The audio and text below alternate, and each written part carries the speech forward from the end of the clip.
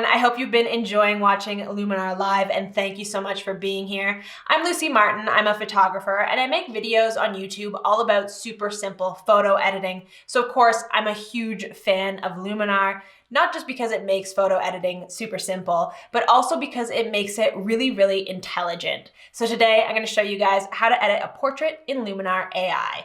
So here we are, I have my portrait photo, and the first thing that I like to do is go over to templates. And these are templates ready to go, and they actually have ones that are suggested for your specific photo. For this one, I'm gonna pick Flawless just as my starting point. Next, we're gonna go over to the edit panel, and this is where we can really get into it.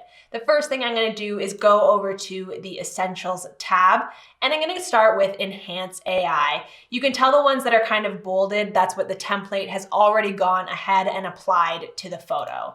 So with Enhance AI, the first one we have is Accent, and this is a core technology of Luminar AI. So we're really gonna boost that feature up.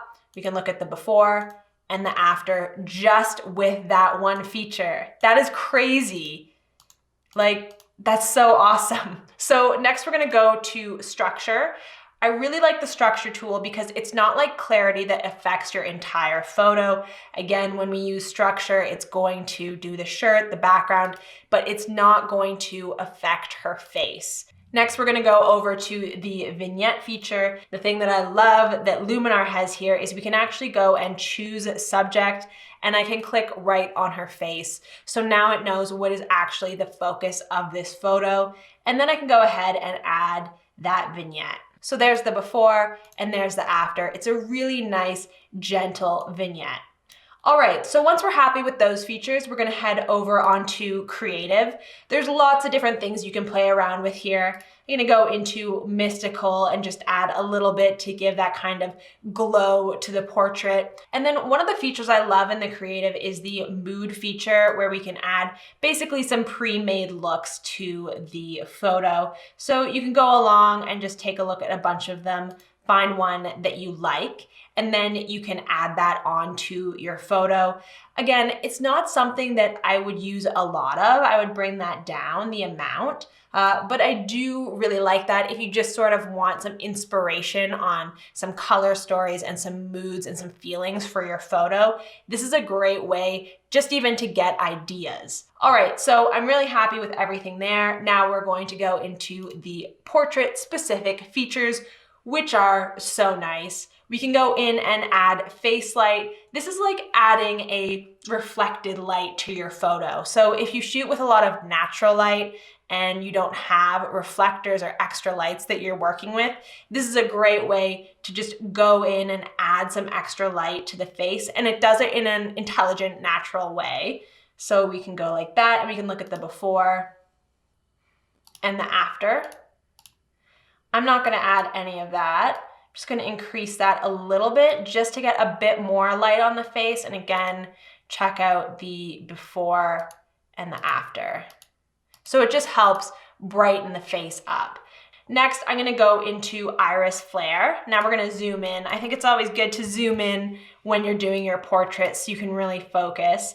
The iris flare is one of my favorite tools in Luminar because it just makes the eyes look so good. So you can just see what it's doing there, how it just basically really makes the eyes pop. I'm gonna add in a little bit of eye whitening. The eye enhancer adds a bit more sharpening to the eye, so we'll do that as well.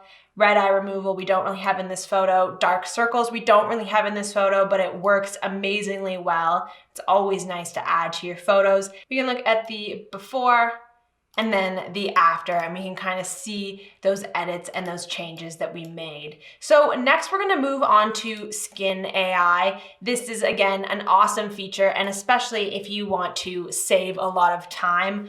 I love using Skin AI. This is basically skin smoothing and getting rid of blemishes and imperfections and things like that. It does a really awesome job and it saves you a lot of time. So we'll just add that in there. So here's the photo without any of the Skin AI on. When we turn it on, we can see how powerful it is. And if you don't want it to be as strong, you can just bring down that amount and then find that happy medium where you get that skin smoothing effect, but it still looks really natural.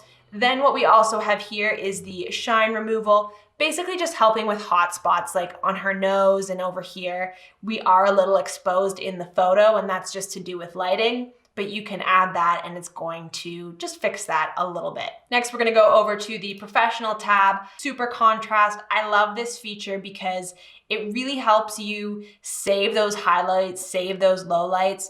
For instance, in the highlights here, we can add a lot more data, a lot more coming back into those highlights, but it also adds in contrast. So it still gives it a natural look. And then we can do the same thing with the shadows as well. So we're gonna boost the shadows here in the shirt, but keep that contrast in it. So you can really see that this is quite a powerful tool.